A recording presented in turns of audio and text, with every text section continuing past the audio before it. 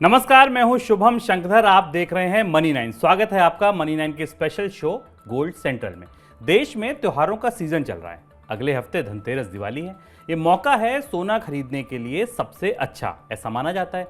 लेकिन यही वो समय होता है जब गोल्ड में निवेश से जुड़े बहुत सारे सवाल हमारे मन में आते हैं।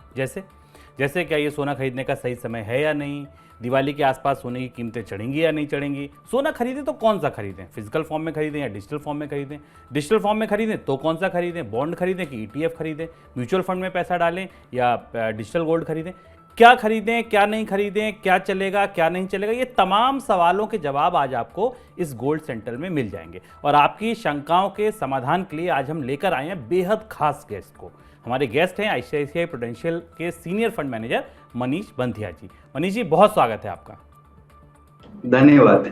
मनीष जी से चर्चा शुरू करें, उनसे आपके सवालों के जवाब जाने उससे पहले आप देखिए ऑन द शो आज कौन सी खबरें, कौन सी बातें हम गोल्ड सेंट्रल में करेंगे, किन पर चर्चा होगी। तो शुरुआत होगी, गोल्ड में निवेश बढ़ाएं या भी रुकें, ईटीएफ्स ने कितना सोना बेचा, देश में गोल्ड इंपोर्ट की क्या स्थिति है। ये तमाम चीजें, तमाम बातें आज हम गोल्ड के इस कार्यक्रम में गोल्ड सेंट्रल में डिस्कस करेंगे। साथ ही आपको गोल्ड का आउटलुक बताएंगे, आपको ये बताएंगे कि आपको अगर सोना खरीदना है तो कौन सा खरीदें, कहां से खरीदें, कैसे खरीदें। और हाँ, एक एक्सक्लूसिव जानकारी भी आपके साथ शेयर करेंगे कि क्या सरकार धनतेरस के या दिवाली के आसपास कोई गोल्ड बॉन्ड की ट्रांच ला सकती है। ये भी हम अपने एक्सपर्ट से पता करेंगे। लेकिन ये सारी बातें होंगी हेडलाइंस के बाद। शुरू करते हैं हेडलाइंस। गोल्ड में नहीं थम रही ईटीएफ्स की बिकवाली, 5 महीने में बेच चुके हैं 326 टन सोना।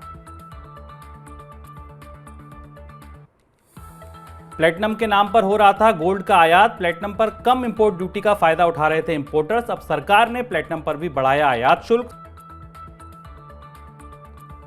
सरकार ने गोल्ड इंपोर्ट के लिए गिफ्ट सिटी को किया नॉमिनेट, यूएई से 200 टन गोल्ड आयात को मंजूरी। आयात के लिए इंपोर्ट ड्यूटी में भी मिलेगी रियायत। अगस्त में रुकने के बाद सितंबर में आरबीआई ने फिर शुरू की गोल्ड की खरीद, 785 टन पहुंचा रिजर्व बैंक का गोल्ड रिजर्व। धनतेरस से पहले सोने के भाव में नरमी, एक्सपर्ट से समझेंगे क्या यह है खरीदारी का सही मौका, सही लेवल।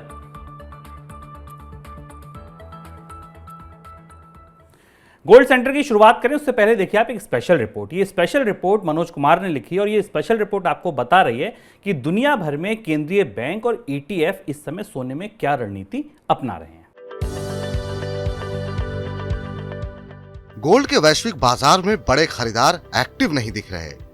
गोल्ड के एक्सचेंज ट्रेडेड फंड अभी तक खरीदारी के मोड में नहीं आए हैं और डॉलर की मजबूती की वजह से गोल्ड में बहुत ज्यादा रिकवरी की उम्मीद भी नहीं लग रही। हालांकि भाव निचले स्तर पर बने हुए हैं, ऐसे में बड़ा सवाल ये उठता है कि कम भाव देखकर लंबी अवधि के लिए गोल्ड में निवेश करना चाहिए या अभी और गिरावट बाकी है। गोल्ड की मांग को प्रभावित करने वाले बड़े खरीदारों का ट्रेंड देखें तो वे खरीदारी के लिए बहुत ज्यादा उत्साहित नजर नहीं आ रहे। जुलाई तक दुनिया के कई बड़े केंद्रीय बैंक अपने रिजर्व में गोल्ड की होल्डिंग बढ़ा रहे थे, लेकिन अगस्त में उनकी खरीदारी भी कुछ ठंडी पड़ी है। अगस्त में केंद्रीय बैंकों की खरीद सिर्फ 20 टन रही है। तुर्की, उज्बेकिस्तान और कजाकिस्तान को छोड़ दुनिया की किसी केंद्रीय बैंक ने अगस्त में गोल्ड खरीद का बड़ा सौदा नहीं किया है। गोल्ड के एक्सचेंज ट्रेडेड फंड्स का रुख देखें तो वे भी अभी तक खरीदारी के मोड में नहीं आए हैं। सितंबर में लगातार 5वें महीने उन्होंने बिकवाली की है और इस बार की बिकवाली 16 महीनों के सबसे ऊपरी स्तर पर है। सितंबर में दुनिया भर के गोल्ड ईटीएफ्स ने अपनी गोल्ड होल्डिंग 95 टन घटाई है, जो मार्च 2021 के बाद सबसे अधिक मासिक बिकवाली है। दुनिया भर के सभी गोल्ड ईटीएफ्स की कुल गोल्ड होल्डिंग घटकर 3548 टन बची है। माना यह जा रहा है कि डॉलर की मजबूती की वजह से दुनिया भर के एक्सचेंज ट्रेडेड फंड्स अपना निवेश सोने से निकाल रहे हैं। अमेरिका और यूरोप के गोल्ड ईटीएफ्स ने गोल्ड में अपनी होल्डिंग सबसे ज्यादा घटाई है और डॉलर खरीदे हैं।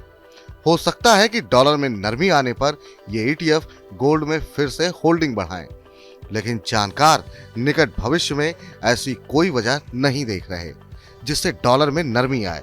उल्टा अमेरिका में ब्याज दरों में और बढ़ोतरी की संभावना है, जिस वजह से डॉलर को और मजबूती मिल सकती है।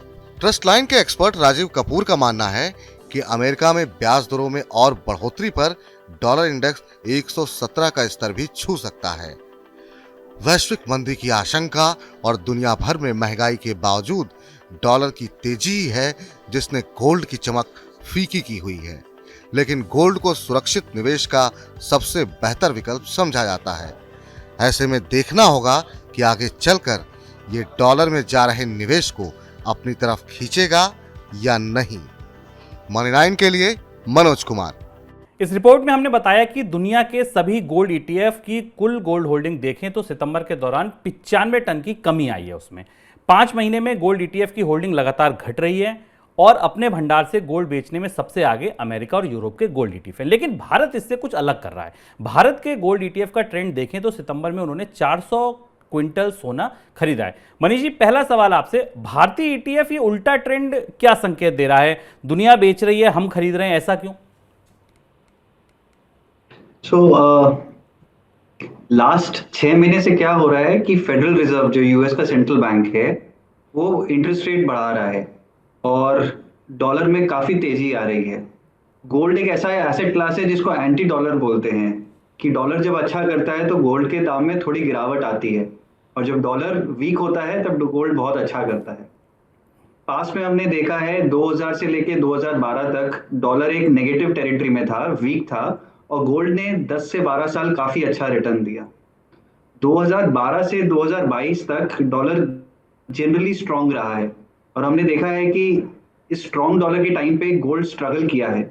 डॉलर गोल्ड देखेंगे तो डॉलर गोल्ड जनरली 1500 से लेके 2000 के बीच में कहीं ना कहीं ट्रेड किया है।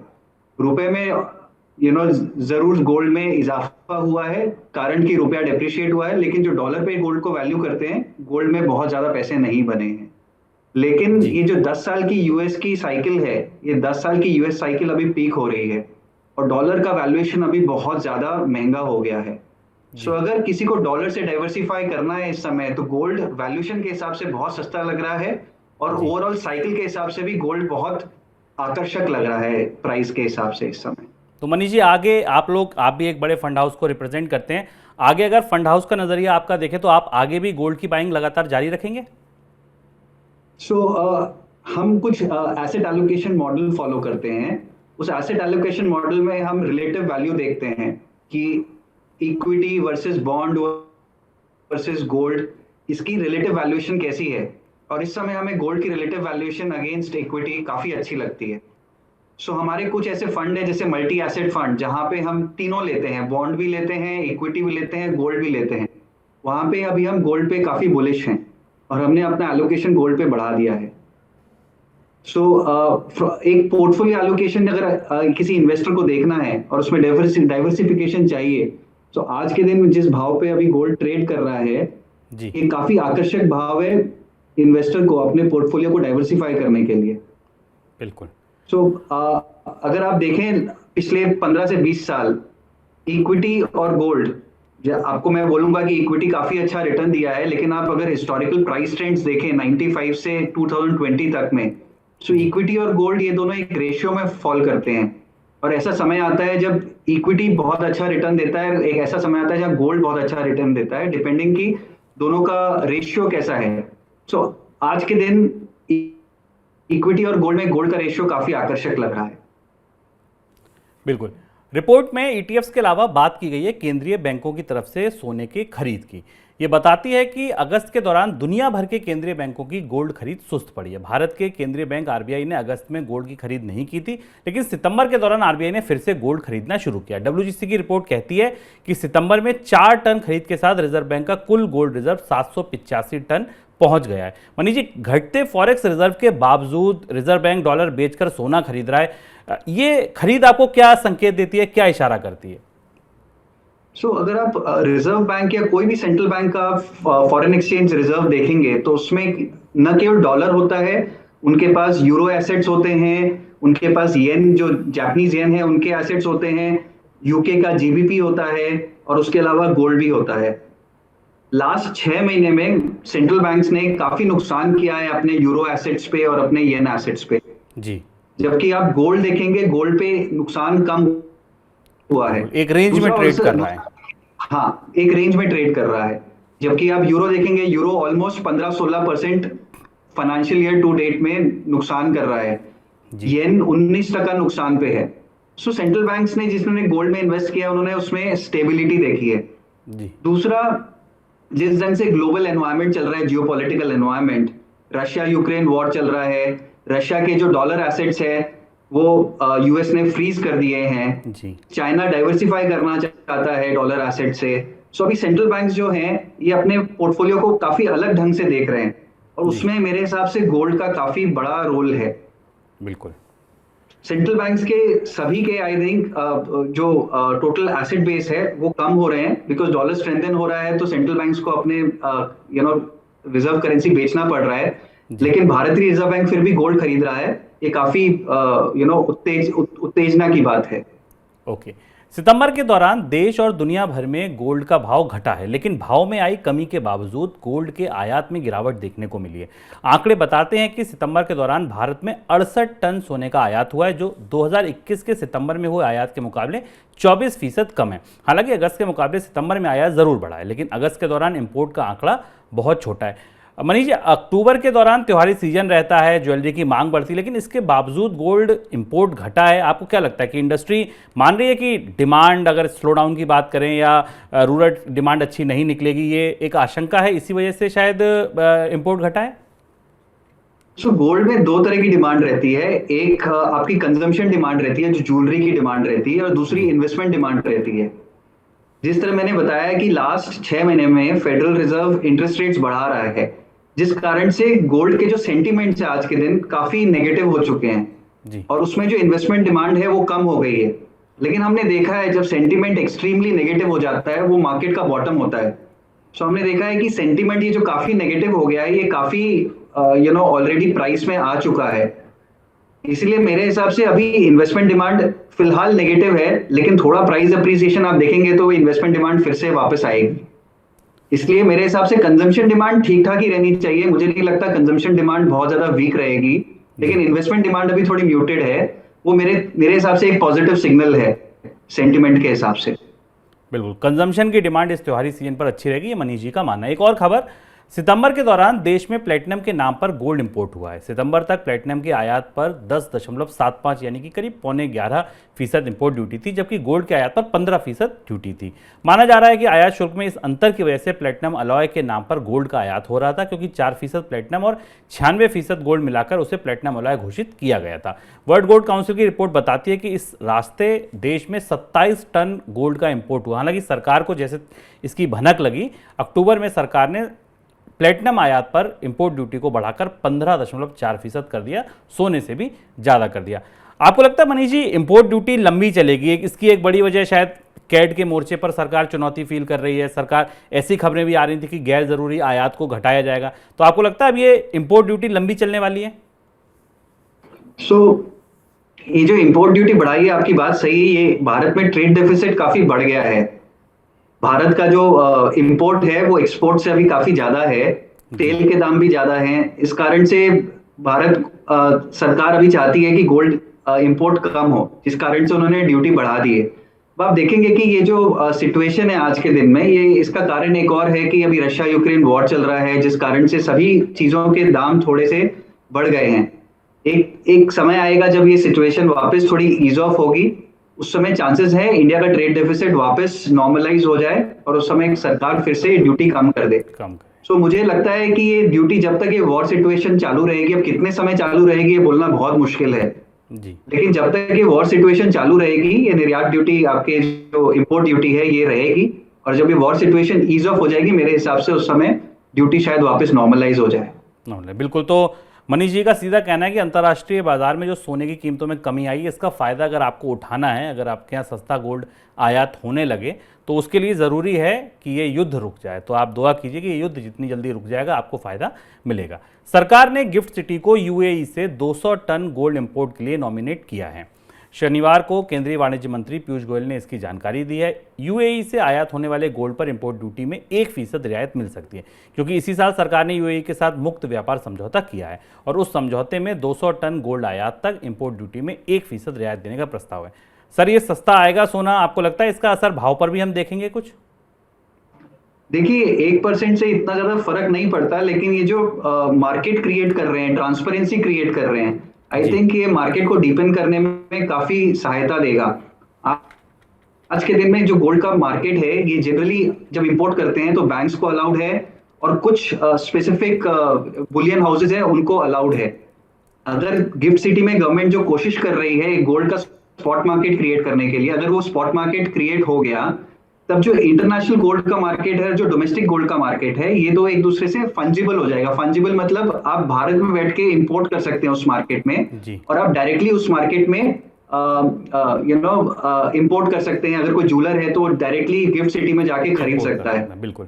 सो जो आर्बिट्राज है, जो इंटरनेशनल मार्केट और डोमेस्टिक मार्केट का होता है, ये आर्बिट्राज कोलैप्स कर जाएगा, जिस कारण से प्राइस बहुत एफिशिएंट हो जाएगा। सो मेरे हिसाब से ये एक पॉजिटिव डायरेक्शन है गवर्नमेंट की तरफ से, गिफ्ट सिटी वाला। और ये केवल एक 1% की बात नहीं है, मेरे ख्याल से ये over a period of time gold market को काफी डिपेंड करेगा इंडिया में। बिल्कुल। चलिए, अब मनीष जी के साथ करते हैं धनतेरस, दिवाली की तैयारी, त्योहार की तैयारी। सर, पहला सवाल मेरा गोल्ड के आउटलुक को लेकर रहेगा और इस रोशनी में मैं आपसे ये पूछना चाहूंगा कि अंतर्राष्ट्रीय बाजार में कीमतें गिरती जा रही हैं, लेकिन भारत के बाजार में कोई इतना बड़ा असर नहीं दिखता। उसकी वजह है रुपए में कमजोरी आना। भारत के बाजार के हिसाब से अगर आप देखें तो आप आउटलुक कैसा देख रहे हैं? इस दिवाली, धनतेरस अगर सोना खरीदना हो तो आपको क्या लगता है अगले 1 साल में, अगले 6 महीने में सोने के भाव कहां तक जा सकते हैं? मेरे हिसाब से भाव से ज्यादा देखना चाहिए कि मार्केट में कोई भी आप खरीद रहे हैं चीज, वो महंगी खरीद रहे हैं, सस्ती खरीद रहे हैं। क्योंकि जो चीज आप सस्ती खरीदते हैं, इवेंचुअली वो चीज है ना, over a period of time जाके उसकी वैल्यूएशंस मीन पे चली जाती है, एवरेज वैल्यूएशंस पे चली जाती है। तो सोने का वैल्यूएशन हमारे हिसाब से इस समय सस्ता है, और जब वो एवरेज पे जाएगा तो यहाँ से भाव में बढ़ोतरी होगी। दूसरा, सोना एक ऐसा एसेट है जो आपको इंटरनेशनल प्राइस पे मिलता है। सो अगर रुपी का डिप्रिसिएशन अभी हो रहा है, और हो सकता है थोड़ा और रुपी का डिप्रिसिएशन हो, उसमें भी सोने को लाभ मिलेगा।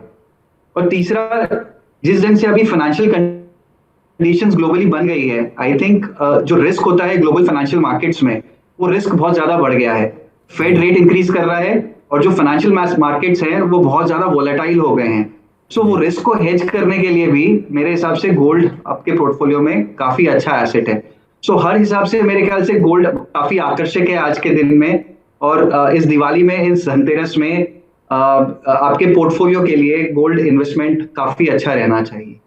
बिल्कुल। तो मनीष जी का सीधा कहना है कि आप सोना खरीदिए। इसकी एक नहीं, कई वजह हैं जो ये बता रही हैं कि गोल्ड की वैल्यूएशन अगर आप देखें तकनीकी टर्म में, मतलब ये कहना है मनीष जी का कि सोना सस्ता मिल रहा है, अभी आप खरीद सकते हैं। सर, लेवल्स पर आप कुछ क्लैरिटी देंगे? आपको क्या लगता है लेवल्स हम आने वाले 6 महीने, 1 साल में गोल्ड को कहां तक देख सकते हैं, इंडिया के मार्केट की बात करें तो? देखिए, लेवल्स के बारे में हमेशा मुश्किल होता है, बट मैंने over a period of time देखा है कि गोल्ड एक तो 2 से 3% करेंसी डिप्रिशिएट होती है, तो 2 से 3% आपको करेंसी पे बन जाता है, प्लस आपको बॉन्ड और इक्विटी के बीच में कहीं पे गोल्ड में रिटर्न मिलता है। सो आज के दिन में अगर एफडी रेट अगर 7% है और इक्विटी का रिटर्न करीब 10 से 12% आता है, सो आप वैल्यूएशन वाइज देखेंगे लंबे समय तक गोल्ड बॉन्ड और इक्विटी के बीच में कहीं रिटर्न देता है। तो गोल्ड का रिटर्न कुछ 8 से 10% over a longer period of time रहता है। और बिकॉज अभी वैल्यूएशन सस्ता है, तो मेरे हिसाब से मीडियम टर्म में रिटर्न्स लॉन्ग टर्म ट्रेजेक्टरी के हिसाब से तो होने ही चाहिए।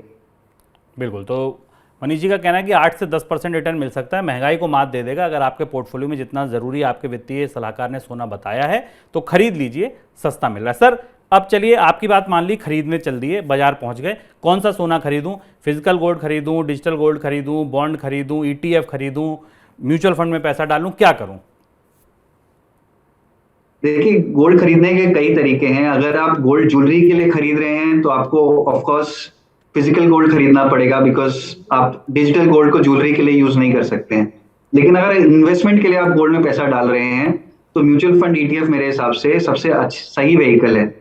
एंड द रीजन इज कि आप जब म्यूचुअल फंड में डालते हैं, एक तो आपको प्राइस ट्रांसपेरेंसी बहुत अच्छी मिलती है, तो आपको पता है कि गोल्ड का क्या प्राइस है, और म्यूचुअल फंड आपको जो गोल्ड दे रहे हैं वो एग्जैक्टली आपको मार्केट प्राइस पे मिलता है। सो आपका जो इम्पैक्ट कॉस्ट होता है खरीदने या बेचने में वो बहुत ही कम है। दूसरा, आपको ईटीएफ में एक्सपेंस रेशियो भी बहुत कम रहते हैं। सो आपको अगर एक्सपेंस रेशियो कम चाहिए और इन्वेस्टमेंट लंबे समय के लिए चाहिए तो आपको ईटीएफ में काफी फायदा होता है। तीसरा, अगर आप 3 साल के लिए गोल्ड होल्ड करते हैं ईटीएफ में तो उसमें टैक्स बेनिफिट भी है, बिकॉज वो कैपिटल गेन टैक्स में आ जाता है, और कैपिटल गेन टैक्स आपका 20% विद इंडेक्सेशन होता है।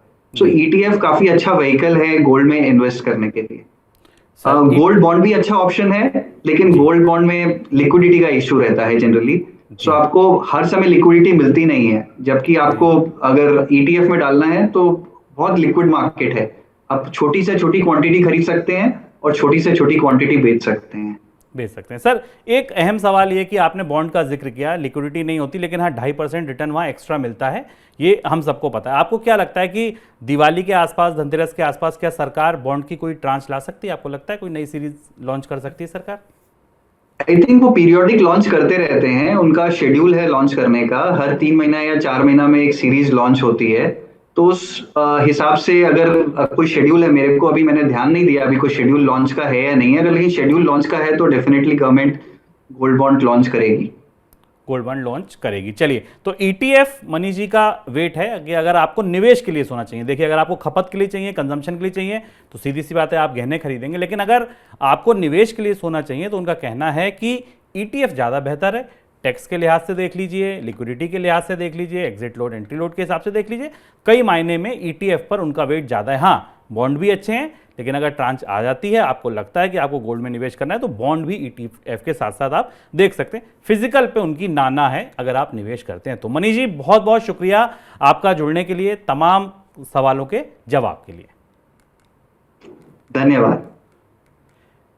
चलिए, अब चलते चलते हर बार की तरह आपको एक गोल्ड का फन फैक्ट बताते हैं। क्या आप जानते हैं कि दुनिया भर में जितना सोना है उसमें 49% गोल्ड ज्वेलरी के तौर पर है। दुनिया में निकाले जाने वाले लगभग आधे सोने की ज्वेलरी बनती है, यानी कि अगर आप ये मान के चलिए कि दुनिया में 100 टन सोना है तो 50 टन ज्वेलरी बन रही है और बाकी 50 टन निवेश। 51% मान लीजिए, अगर आपको एकदम स्पेसिफिक चाहिए तो 51% सोना ऐसा है जो किसी और फॉर्म में है, या बिस्किट के फॉर्म में है, बार के फॉर्म में है, छड़ के फॉर्म में है, ईंट के फॉर्म में है, या पेपर गोल्ड के फॉर्म में है जिसके पीछे बैकएंड पे सोना रखा है, और आधे की ज्वेलरी बन जाती है, ऐसा मानना है। तो ये थी हमारी खास पेशकश गोल्ड सेंट्रल। पूरी उम्मीद है आपको पसंद आई होगी। 14 तारीख है, आज आपने देखा गोल्ड सेंट्रल। 21 तारीख को आता है म्यूचुअल फंड सेंट्रल। जैसे आपको गोल्ड के बाजार की सारी जानकारी यहां मिल गई सिर्फ एक शो में, महीने का एक शो देखो, गोल्ड के बाजार की सारी बड़ी खबरें, सारी रणनीति, खरीदें नहीं खरीदें, बेचें नहीं बेचें, क्या करें, आपको यहां पता चल जाता है। ऐसी म्यूचुअल फंड के बाजार में क्या कुछ चल रहा है, क्या बड़ी खबरें हैं, कौन से म्यूचुअल फंड अच्छा कर रहे हैं, कौन से नहीं कर रहे हैं, कौन से म्यूचुअल फंड किन शेयरों को खरीद रहे हैं, नहीं खरीद रहे हैं, बाजार के नए ट्रेंड्स क्या इमर्ज हो रहे हैं, ये सब कुछ आपको एक शो म्यूचुअल फंड सेंट्रल में विपुल सिंह जी बता देते हैं। फिलहाल मुझे दीजिए इजाजत, अगले महीने की 14 तारीख को गोल्ड सेंट्रल लेके फिर आऊंगा। नमस्कार।